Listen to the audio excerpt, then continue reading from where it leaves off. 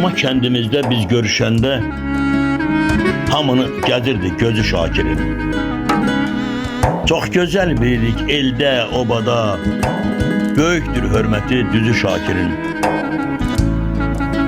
Gördük kəndimizi gözümüz aydın. Sevirəm kəndimin doğmasın yadın. Tarixə yazmışam Şakirin adın. Ləkəsiz olubdu bizi Şakirin. Gözəl Qarabağda gəldi cahana. Dəyərli oğuldu Azərbaycana. Ömrün 30 ili düşdü xəzana.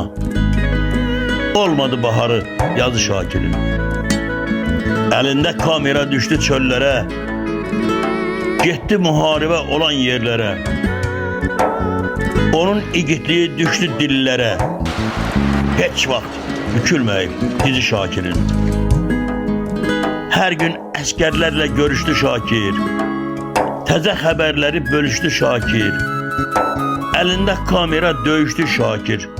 Əməli mat qoydu bizi Şakirin. Atası olubdu xeyrxah kişi. Yaxşılıq olubdu daim vərdişi. Tərifə layiqdir onun hər işi. Ağdı el içində üzü Şakirin. Baxma gözəlliyini itirib kəndim. Dünyaya dahilər yetirib kəndim. Şakir tək oğullar yetirib kəndim. İllərdə dastandı sözü Şakirin. Arzular çin oldu şükürü bugünə. Hamı qaydacaq doğma kəndinə. Tarix yazan şair o deyir mənə, minə bərabərdir yüzü Şakirin. Heç vaxt unudulmaz dəyərli insan.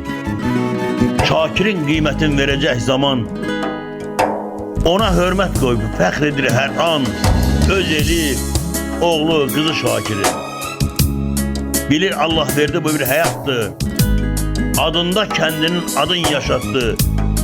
Şakir arxiv ilə nələr yarattı. Bizlərə gərəkdir özü Şakirin. Bizlərə gərəkdir özü Şakirin.